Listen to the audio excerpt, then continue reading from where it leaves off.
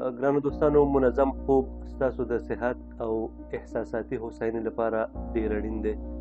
په کافي اندازه خوب کول او د خوب کیفیت د منظم خوب لپاره ډېر زیات اړین دی. د خوب اندازه ستاسو په عمر کې تغییر راوړلی شي. هغه باید د 14 ساعتو څخه تر 18 ساعتو پورې استراحت وکړي، خوب وکړي. دا لازمي خبره ده چې کوچنیان ډېر خوب ته اړتیا لري. نو دا هم یوه پیچلې ناروغي ده او ډېر خلک پرې اخته کېږي. نو که چېرته د خوب اندازه په نارمل ډول وي نو د دغې ناروغۍ خطره هم ورسره کمیږي. اکثره وخت حادثې هم په همدغه وخت کې رامنځته کېږي کله چې یو څوک بې خوبه وي، هغې په کافي اندازه باندې خوب نه وي کړی.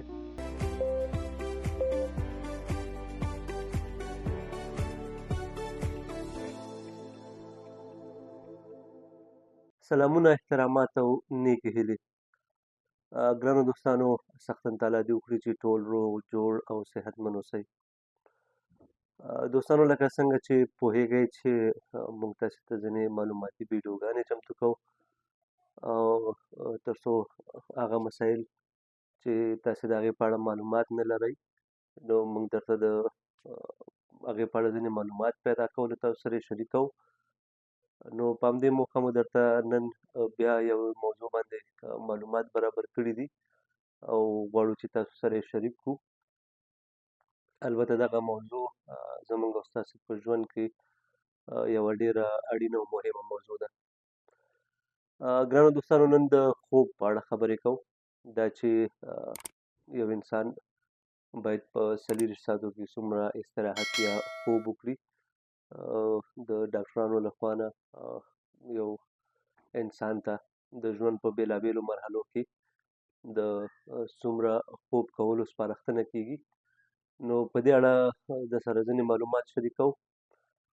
ګرانو دوستانو، منظم خوب ستاسو د صحت او احساساتي هوساینې لپاره ډېر اړین دی.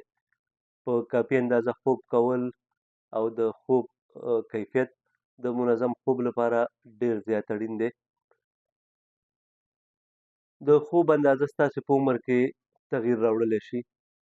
ګرانو دوستانو، د خوب اندازه زموږ او ستاسې په صحت کې ډېر زیات مهم رول لري او دا زموږ او ستاسې په صحت کې زموږ او ستاسې د صحت په ښه والي کې ډېر مهم رول لري او په دغه برخه کې ډېره مثبته اغېزه لري. که تاسو د خوب په اړه ستونزه لرئ نو مجبوره سئ د خپل ډاکټر سره پرې خبرې وکړئ. ځینې دوستان ملګري داسې دي چې د هغوی خوب ډېر زیات کم وي، خوب نشي کولی. نو دا اړینه خبره ده، دا مهمه خبره ده چې هغه پرې د ډاکټر سره خبرې وکړي او د خپل ډاکټر نه مشوره واخلي. یا ځینې ملګري داسې دي چې هغوی د اندازې نه زیات خوب کوي چې دا هم په د انسان په صحت باندې ناوړه اغېزه کوي. نو موږ او تاسې باید هڅه وکړو، دا کوشش وکړو چې خوب ته خپله اندازه وټاکو، هغه اندازه چې زموږ د ډاکټر لخوا نه موږ ته توصیه شوې ده، په هماغه اندازه باندې خوب وکړو. نو په دې باندې خبرې کوو چې په 24 ساعتو کې موږ او تاسې باید څومره خوب وکړو، ځکه چې په کافي اندازه خوب کول روزمره څومره خوب کولی شي چې ستاسې په ژوند کې مثبت تغییرات راوړي. درنو دوستانو، نوی زیږېدلی ماشوم، هغه ماشوم چې هغه بلکل نړۍ ته نوی راغلی وي، نوی زیږېدلی وي، د هغې د لومړۍ ورځې نه نیولې تر 3 میاشتو پورې هغه باید د 14 ساعتو څخه تر 18 ساعتو پورې استراحت وکړي، خوب وکړي. دا لازمي خبره ده چې کوچنیان ډېر خوب ته اړتیا لري. بیا هغه ماشومان درنو دوستانو چې د هغې عمر د 4 میاشتو نه تر 1 کال پورې، یعنې د 4 میاشتو نه تر 12 میاشتو پورې وي، نو هغه په هرو 24 ساعتو کې د 12 ساعتو نه تر 14 ساعتو پورې خوب ته اړتیا لري او د ډاکټرانو لخوا نه دا توصیه کېږي چې دا باید د 12 ساعتو نه تر 14 ساعتو پورې خوب یا استراحت وکړي. هغه کوچنیان یا هغه ماشومان چې د هغې عمر د 1 کال څخه تر 2 کالو پورې وي، یعنې د 12 میاشتو نه تر 40 میاشتو پورې. نو هغوی ته لازمي ده چې هغوی د 11 ساعتو څخه تر 14 ساعتو پورې په هرو 40 ساعتو کې استراحت او خوب وکړي. د ښوونځي د مخکینۍ دورې ماشوم، یعنې عمرونه یې د 3 کالو نه تر 15 کالو پورې وي، هغوی ته دا لازمي ده چې هغوی په هرو 40 ساعتو کې د 10 نه نیولې تر 14 ساعتو پورې خوب وکړي. د ښوونځي د ښوونځي د دورې ماشوم، هغه ماشومان چې هغه د عمرونه یې د 15 کالو نه پورته کېږي او هغه د ښوونځي دورې ته برابرېږي، نو په دغه دوره کې یا د دغه عمر لرونکي ماشومان چې د هغوی عمرونه د 6 کالو څخه تر 12 کالو پورې وي، یعنې د دې دواړو تر منځه، نو هغوی ته ضروري ده چې هغوی د 9 ساعتو نه تر 12 ساعتو پورې هغوی استراحت وکړي، هغوی خوب وکړي. تنکي ځوانان، هغه ځوانان چې د هغوی عمرونه د 14 نه نیولې تر 17 کالو پورې وي، نو هغوی ته د 8 ساعتو نه تر 10 ساعتو پورې د خوب توصیه کېږي. هغوی ته دا سپارښتنه کېږي چې دوی باید په دغه دوره کې د ژوند په دغه مرحله کې تر 8 نه نیولې تر 10 ساعتو پورې استراحت وکړي، یعنې د 8 او 10 ساعتو ترمنځ په دغه اندازه کې. خو لازمي خبره ده چې باید د 8 ساعتو نه کم خوب ونه کړي او د 10 ساعتو څخه زیات خوب ونه کړي. لوی بالغ، یعنې هغه ځوانان چې د هغوی عمرونه د 18 کالو نه تر 18 کالو پورې وي، هغوی په لازمي خبره ده چې هغوی باید په هرو 40 ساعتو کې 7 ساعته خوب وکړي. یعنې دې کې دا د هغه کټګورۍ خلک دي چې هغوی عمرونه د 18 نه پورته وي. کله چې عمر د 18 نه پورته شو نو تر 18 کلنۍ پورې دوی بیا اړ دي چې دوی د خوب پوره کولو په خاطر باندې هغه 7 ساعته کوم خوب چې دوی ته توصیه شوی دی، دوی ته د البته د ډاکټرانو لخوا نه سپارښتنه کېږي چې دوی باید د ژوند په دغه مرحله کې یا د ژوند په دغه دوره کې د 7 ساعته 7 ساعته خوب وکړي او یا هم د هغې نه زیات، یعنې که 7 ساعته 7.5 ساعته تر 8 ساعتو پورې، خو د 7 ساعتو نه باید کم خوب ونه کړي چې دا بیا د انسان د زموږ ستاسو په صحت باندې ناوړه اغېزه کوي. هغه خلک چې هغوی عمرونه د 61 کالو څخه پورته ځي، یعنې د 61 نه تر 44 کلنۍ پورې، دوی نو باید په هرو 40 ساعتو کې د 7 ساعتو نه نیولې تر 9 ساعتو پورې خوب وکړي. یعنې موږ او تاسې په دغه عمر کې چې 18 نه پورته شو، 20 15 30 40، نو موږ او تاسې که 7 ساعته 7.5 ساعته خوب وکړو نو موږ ځان ارامه احساسوو، زموږ په صحت باندې کومه ناوړه اغېزه نه کوي. خو که چېرته عمر بیا له دې نه زیاتېږي، البته د 18 کالو نه پورته ځي، نو دا بیا د ډاکټرانو لخوا نه توصیه کېږي چې دوی باید په هرو 40 ساعتو کې د 7 ساعتو نه تر 9 ساعتو پورې خوب وکړي. باید د دې د خوب اندازه د 7 ساعتو نه کمه نه شي. که چېرته لکه مخکې چې موږ یادونه وکړه، که چېرته عمر د 18 نه کم وي، که موږ د 7 ساعتو نه څه کم خوب هم وکړو نو شاید موږ ته ستونزه جوړه نه کړی شي. خو که چېرته هغه مشران چې د هغوی عمر د 40 کالو نه پورته ځي، هغوی باید د 7 ساعتو نه کم خوب ونه کړي، بلکې د 7 ساعتو نه زیات هغوی هغه استراحت وکړي، خوب وکړي، 8 ساعته 9 ساعته او یا هم له دې نه زیات هم کولی شي. نو دا د دوی د صحت لپاره ډیره ګټوره ده، ځکه چې عمر څومره زیاتېږي انسان هماغومره کمزوری کېږي او وجود استراحت ته او خوب کولو ته زیات ضرورت پیدا کوي. نو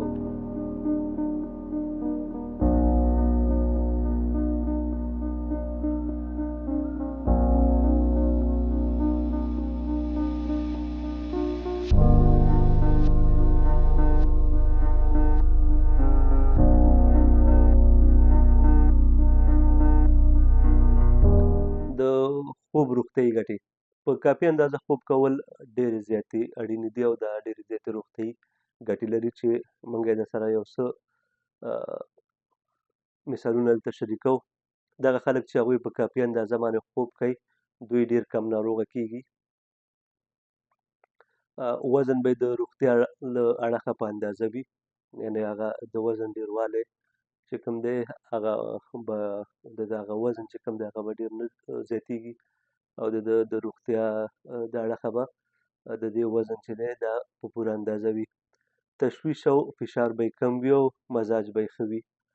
فکرونه به ډېر نه کوي، تشویش به ډېر نه کوي او همیشه به یې مزاج او هغه موږ او تاسې چې ورته په عامه اصطلاح طبع وي، یعنې طبیعت به یې بیخي برابر وي.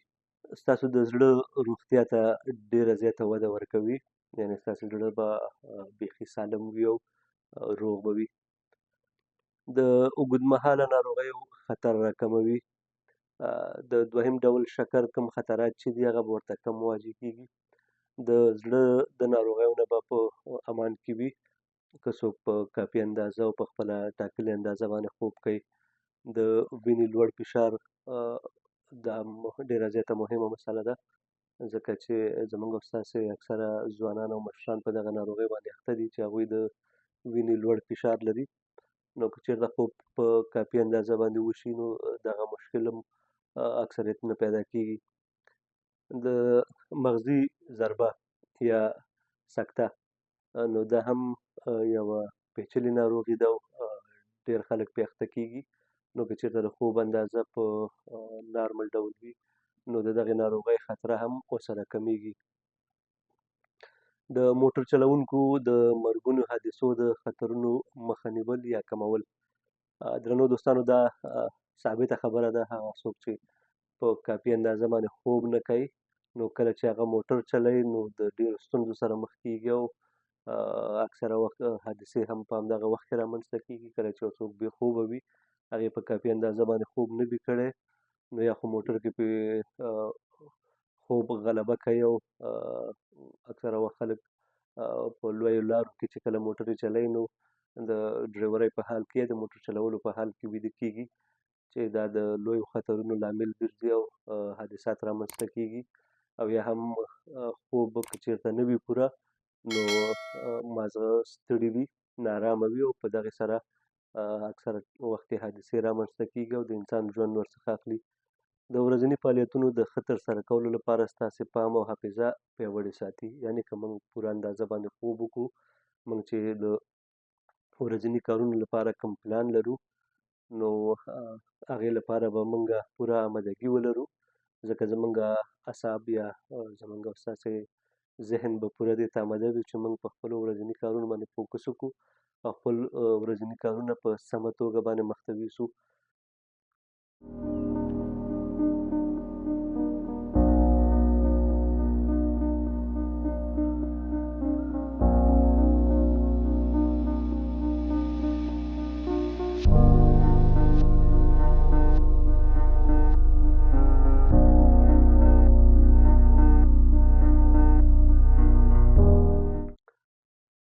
د خوب ښه عادتونه ستاسو سره دا مرسته کوي چې د شپې لخوا ښه منظم خوب ولرئ. هغه عادتونه چې کولی شي ستاسو خوب منظم کړي عبارت دی له په وخت د خوب ځای یعنې بسترې ته ورتلل او په خپل وخت له خوبه راپورته کېدل. اکثره وخت کې ګرانو دوستانو موږ او تاسې که چېرته مو ځای بدل شي نو په اسانۍ سره خوب نه راځي. یعنې که چېرته موږ په چا کره میلمه ځو او هلته زموږ د ستاسې د خوب ځای بدلېږي طبعا نو اکثره خلک وایي چې ځای مې بدل شوی و، سم خوب مې ونه کړ. نو د خوب ښه عادتونه دا دي چې تاسې په وخت سره د خپل خوبځي ته ورشئ او البته په هغې ځای کې ښه خوب کېږي چېرته چې تاسې اموخته هستئ. هر وخت چې تاسې چېرته ویده کېږئ نو د خوب ځي ته په خپل وخت باندې ورتلل او د خوب نه په وخت پاڅېدل دا نو د خوب یو له ښه عادتونو څخه دی چې یو انسان آرامه خوب کولی شي. خپل د خوب ځای آرامه، هوسا او په حرارتي درجې یخ ساتل. حد اقل 30 دقیقې د ویده کېدو نه مخکې برېښنایي وسایل لکه موبایل، کمپیوټر، تلویزیون دا هر څه خاموشه کړو او د ویده کېدو نه مخکې د زیات خوراک څخه ډډه وکړو. په منظم ډول سره تمرین وکړو او خپل صحي رژیم منظم وساتو. دا نو ګرانو دوستانو هغه عادتونه چې ورته د خوب ښه عادتونه ویلی کېږي نو که چېرته موږ په دغې باندې عمل وکړو او دغه تعقیب کړو نو موږ به پوره خوب کړی وي او د خوب د نه کولو په ستونزو باندې به نه اخته کېږو. ګرانو دوستانو، د خوب د کیفیت په اړه باندې باید ووایو چې کیفیتي خوب په دې معنا چې تاسو پرته له کوم ازار او پازابېدو داسې خوب وکړئ چې تازه شئ ورسره.